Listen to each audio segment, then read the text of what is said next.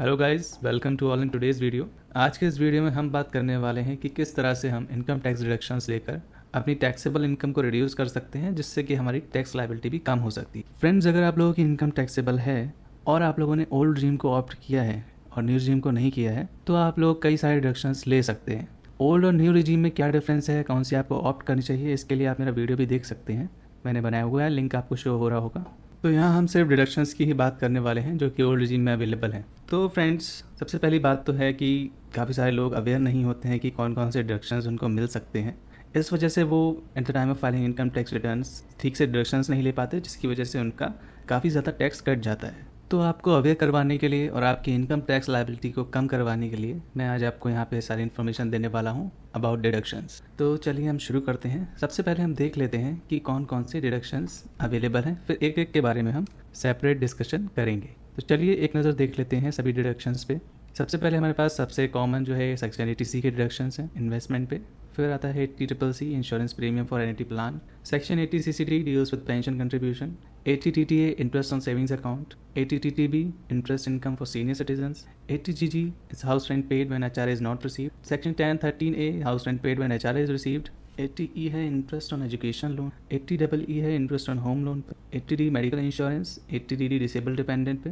80DDB medical expenditure. 80U है physical disability. 80G donations. 80GGB companies के लिए है जो कंट्रीब्यूट करती है किसी पॉलिटिकल पार्टीज। 80GGC इंडिविजुअल का कंट्रीब्यूशन अगर किसी पॉलिटिकल पार्टी को है तब उसके लिए। 80RRB royalty of a patent. आइए अब हम सभी डिडक्शंस के बारे में थोड़ा डिटेल में डिस्कशन कर लेते हैं, जिससे कि आपको हर एक डिडक्शन के बारे में थोड़ा डिटेल में जानकारी मिल जाए, जिससे आपको कोई कन्फ्यूजन ना रहे। सबसे पहले हम बात करते हैं डिडक्शंस अंडर सेक्शन 80C, जो कि हैं deductions on investment. Section 80C जो है एक मोस्ट पॉपुलर और एक फेवरेट सेक्शन है टैक्स पेयर्स के अमंग में, जो कि हमको अलाउ करता है कि हम अपनी टैक्सेबल इनकम को रिड्यूस कर सकते हैं। इसमें एक मैक्सिमम डिडक्शन लिमिट है 1.5 लाख की इन अ फाइनेंशियल ईयर। मतलब आप इसमें कितना भी इन्वेस्ट करें, लेकिन आपको जो मैक्सिमम डिडक्शन मिल सकता है वो 1.5 लाख है। इसके अंदर कौन कौन से इन्वेस्टमेंट ऑप्शंस हैं आपके लिए, आप देख सकते हैं आपकी स्क्रीन पर। देखिए, प्रोविडेंट फंड में EPF या VPF में आप जो इन्वेस्ट कर रहे हैं, पब्लिक प्रोविडेंट फंड में जो इन्वेस्टमेंट हो रही है, नेशनल सेविंग सर्टिफिकेट इसके अंडर आता है। अगर आप टैक्स सेविंग FD कर रहे हैं जिसमें 5 साल का लॉक इन होता है, वो भी इसके अंदर आएगा। पोस्ट ऑफिस में अगर आप टाइम डिपॉजिट कर रहे हैं 5 साल का, वो भी आ जाता है इसके अंदर। सीनियर सिटीजन सेविंग्स स्कीम भी इसके अंदर है और NHB डिपॉजिट स्कीम भी इसके अंदर है। इसके अलावा है लाइफ इंश्योरेंस प्रीमियम अगर आप जमा कर रहे हैं किसी एंडाउमेंट प्लान के लिए। न्यू पेंशन स्कीम में जो आप कंट्रीब्यूशन दे रहे हैं वो है, या फिर अटल पेंशन योजना में दे रहे हैं वो। इक्विटी लिंक्ड सेविंग्स, इसमें टैक्स सेविंग म्यूचुअल फंड आ जाते हैं। Pension plans from insurance companies under section 80CCC, इसके बारे में हम आगे भी बात कर लेंगे। यूनिट लिंक्ड इंश्योरेंस प्लान है इसके अंदर। और अगर आपके 2 बच्चे हैं तो दोनों के लिए आप जो ट्यूशन फीस दे रहे हैं वो ले सकते हैं, 2 से ज़्यादा के लिए नहीं मिलेगा। स्टैम्प ड्यूटी और रजिस्ट्रेशन कॉस्ट अगर आप कोई पे कर रहे हैं हाउस खरीदते समय। होम लोन अगर आपने ले रखा है तो उसका जो प्रिंसिपल पेमेंट है वो भी 80C के अंदर आप ले सकते हैं। अब आता है सेक्शन 80CCC। 80CCC में अगर आप कोई इंश्योरेंस प्रीमियम पे कर रहे हैं किसी एन्युटी प्लान के लिए, चाहे वो LIC से ले रहे हो या किसी अदर इंश्योरेंस, तो वो भी आप टैक्सेबल इनकम से डिडक्शन में ले सकते हैं। 80CCD में अगर आप कंट्रीब्यूशन कर रहे हैं सर्टेन पेंशन फंड्स के लिए, जैसे NPS हो गया, तो NPS में अगर आपको कंट्रीब्यूशन कर रहे हैं तो वो सेक्शन 80CCD में भी 3 पार्ट्स। एक 80CCD1 है जो कि एम्प्लॉइज़ की सैलरी से जो कंट्रीब्यूशन जा रहा है। उसके बाद है सेक्शन 80CCD1B। अभी थोड़ी देर पहले हमने जाना था कि सेक्शन 80C में 1.5 लाख की लिमिट है, लेकिन ये जो 80CCD1B है ये over and above that 1.5 lakh है।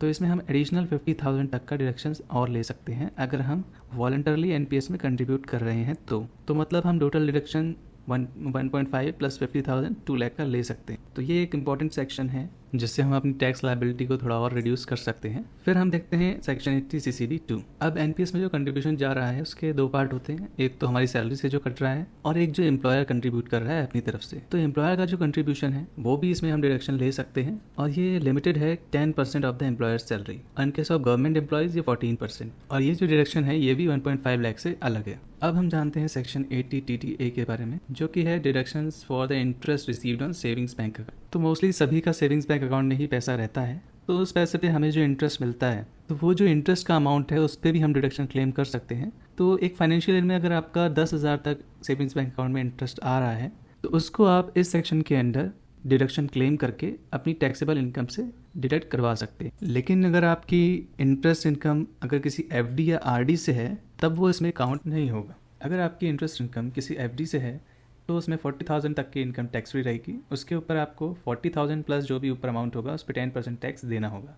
आरडी के लिए लिमिट है 10,000 तक की, 10,000 तक कोई टैक्स नहीं देना है। उससे ऊपर अगर इंटरेस्ट इनकम बन रही है तो उस 10,000 प्लस जो भी उसके ऊपर अमाउंट है टोटल सम पे आपको 10% टैक्स देना होगा। नेक्स्ट डिडक्शन जो है वो है सेक्शन 80TTB में। ये डिडक्शन अवेलेबल है सीनियर सिटीजन्स के लिए। तो अगर सीनियर सिटीजन्स ने अपना पैसा सेविंग्स अकाउंट में रखा है या फिर उन्होंने एफडी कराई है तो उससे जो उनकी इंटरेस्ट इनकम आ रही है उस पर वो डिडक्शन क्लेम कर सकते हैं। और सीनियर सिटीजन्स के लिए जो अवेलेबल लिमिट है कि कितना वो डिडक्ट करवा सकते हैं तो वो है 50,000। तो अगर 50,000 तक का इंटरेस्ट इनकम आ रहा है उनका सेविंग्स अकाउंट तो वो अपनी टैक्सेबल इनकम से डिडक्ट करवा सकते हैं। नेक्स्ट हमारे पास सेक्शन है 80GG, हाउस रेंट पेड।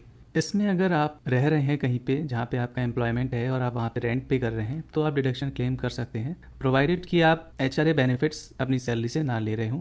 इसमें आपको क्लेम करने के लिए फॉर्म 10BA सबमिट करना पड़ेगा कि आप किसी सेल्फ ऑक्यूपाइड प्रॉपर्टी से किसी भी तरह का बेनिफिट नहीं ले रहे हैं किसी भी अदर लोकेशन में। और अगर आपका रेंट जो आपने पे किया है 1 साल में 1 लाख से ज़्यादा है तो आपको पैन भी सबमिट करना पड़ेगा अपने। इस सेक्शन के अंदर आप टोटल जो डिडक्शन ले सकते हैं वो लिमिटेड है और उसमें 3 कंडीशंस हैं। इन 3 में से जिस भी कंडीशन में आपका डिडक्शन अमाउंट सबसे कम बन रहा होगा वही आपके ऊपर एप्लीकेबल होगा। ये 3 कंडीशंस क्या हैं?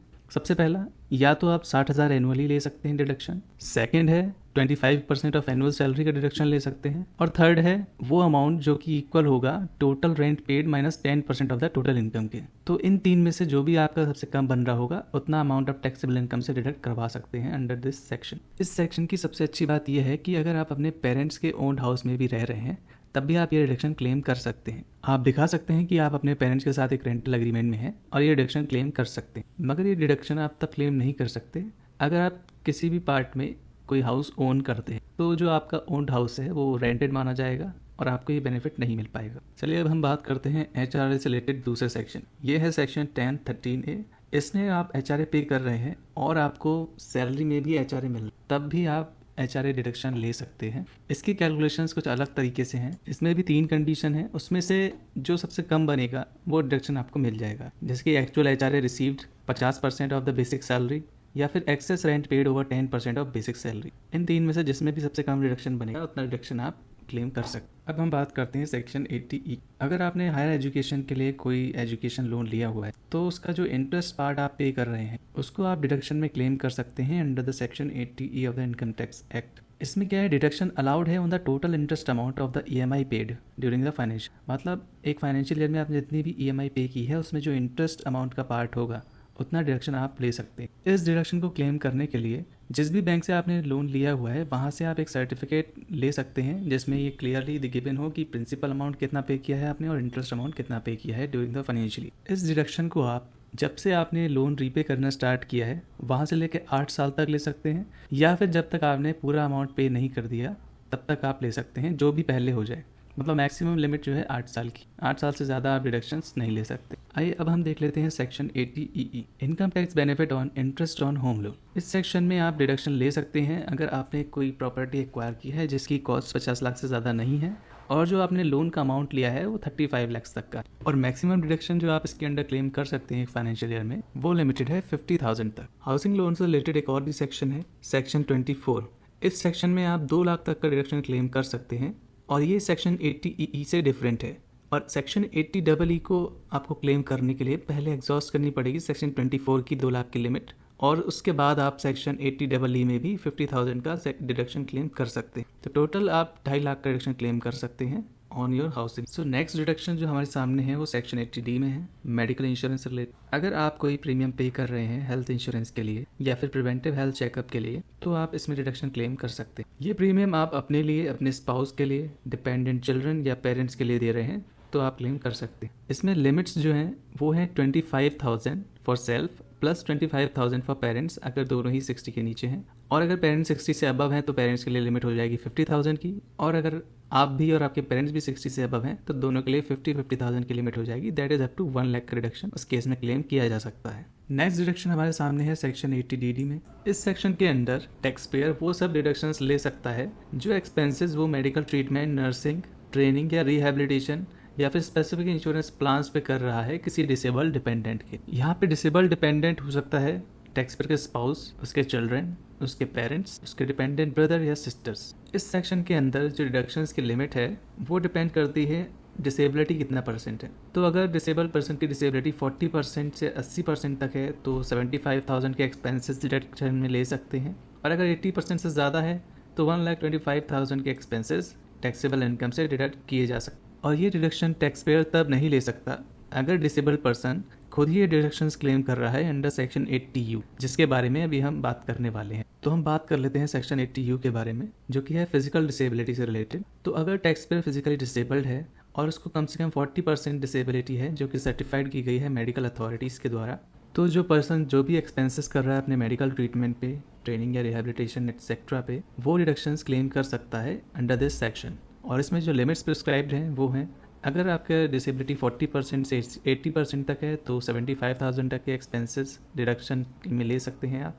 और 80% से ज़्यादा है तो 1.25 लाख के डिडक्शंस आप क्लेम कर सकते हैं। यहाँ पर डिसेबिलिटी और सिवियर डिसेबिलिटी में वही डिफरेंस है, 40% और 80%। अगर 40% टू 80% है तब डिसेबिलिटी है, 80% से ज़्यादा है तब सिवियर डिसेबिलिटी कंसीडर किया जाएगा। आइए अब हम बात करते हैं सेक्शन 80DDB के बारे में। इसमें हम डिडक्शंस ले सकते हैं ऑन मेडिकल एक्सपेंडिचर्स इनकर्ड। यहाँ पर अगर टैक्स पेयर मेडिकल ट्रीटमेंट पे कुछ एक्सपेंडिचर कर रहा है तो वो भी टैक्सेबल इनकम से डिडक्शन क्लेम कर सकता है, लेकिन ये जो मेडिकल ट्रीटमेंट है ये कुछ स्पेसिफाइड डिजीजेस और एलिमेंट्स के लिए ही है जो कि स्पेसिफाई किए गए हैं सरकार द्वारा। इसमें जो लिमिट है डिडक्शंस की वो एज पे डिपेंड करती है।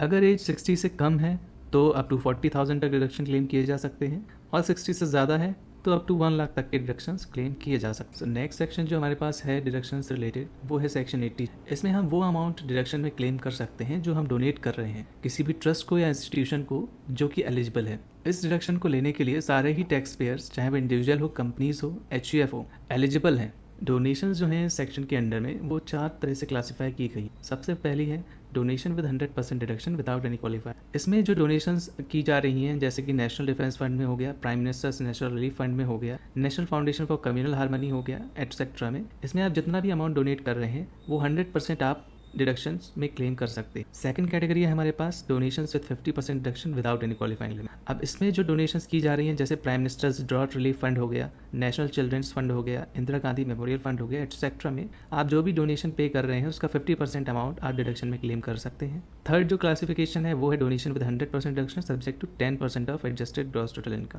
अब डोनेशन जैसे की जा रही हैं जैसे फैमिली प्लानिंग को प्रमोट करने के लिए इंडियन ओलंपिक एसोसिएशन में जो डोनेशन की जा रही है, उस केस में आपका जो अमाउंट है वो 100% डिडक्शन में आप क्लेम कर सकते हैं subject to 10% of your adjusted gross total income. तो सपोज आपकी टोटल इनकम है 10 लाख रुपए और आपने डोनेशन कर दिया 2 लाख रुपए, तो आप 100% 2 लाख क्लेम कर सकते हैं, लेकिन subject to 10% of your total income. तो 10% आपके 10 लाख का क्या होगा, 1 लाख। तो इसमें आप 2 लाख में से सिर्फ 1 लाख का ही डिडक्शन क्लेम कर सकते हैं। फोर्थ क्लासिफिकेशन है हमारे पास donations with 50% deduction subject to 10% of gross total income. इसमें अगर कोई डोनेशन हम कर रहे हैं किसी लोकल अथॉरिटी या फिर गवर्नमेंट जो कि उसको किसी चैरिटेबल पर्पस के लिए यूज़ करे, तब ऐसे डोनेशंस जो है क्वालिफाई कर जाते हैं इस कैटेगरी में डिडक्शंस के लिए। इसमें आप जो भी अमाउंट डोनेट करेंगे उसका 50% ही आप डिडक्शन के लिए क्लेम कर सकते हैं, सब्जेक्ट टू कि वो आपकी टोटल इनकम का 10% ही हो, उससे ज़्यादा ना हो। तो ये हो गया हमारा सेक्शन 8। आइए अब हम देखते हैं नेक्स्ट सेक्शन जो कि है section 80GGB, company contribution to political. अगर कोई इंडियन कंपनी या फिर एंटरप्राइज किसी भी पॉलिटिकल पार्टी या फिर इलेक्टोरल ट्रस्ट जो कि इंडिया में रजिस्टर्ड है उसको डोनेट कर रही है कुछ अमाउंट, तो वो अमाउंट वो डिडक्शन में क्लेम कर सकते हैं, और इस पर कोई लिमिट नहीं है।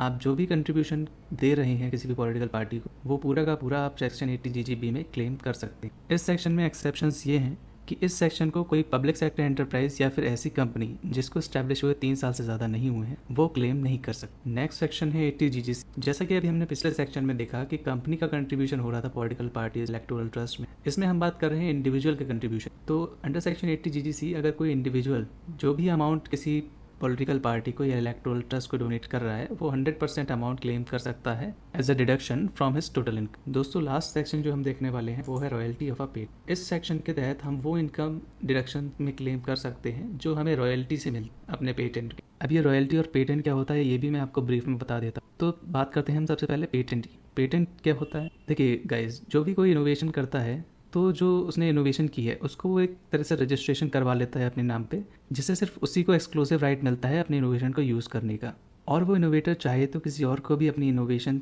यूज़ करने के लिए अलाउ कर सकता है, और वो बदले में कुछ रॉयल्टी जो कि in the form of money होता है मांग सकता है। तो दोस्तों ये है पेटेंट और royalty. Patent is the registration of innovation and royalty is the amount received when you are letting someone use your innovation. So guys, ये था एक brief discussion on the deductions available under our Income Tax Act. और मैं आशा करता हूँ कि इस video को देखने के बाद आपके काफ़ी सारे डाउट्स क्लियर हुए होंगे और आप अवेयर हुए होंगे कि कौन कौन से डिडक्शंस आपके लिए अवेलेबल हैं और किन को आप क्लेम कर सकते हैं अपनी टैक्स लायबिलिटी रिड्यूस करने के लिए. So guys, thanks for watching this video.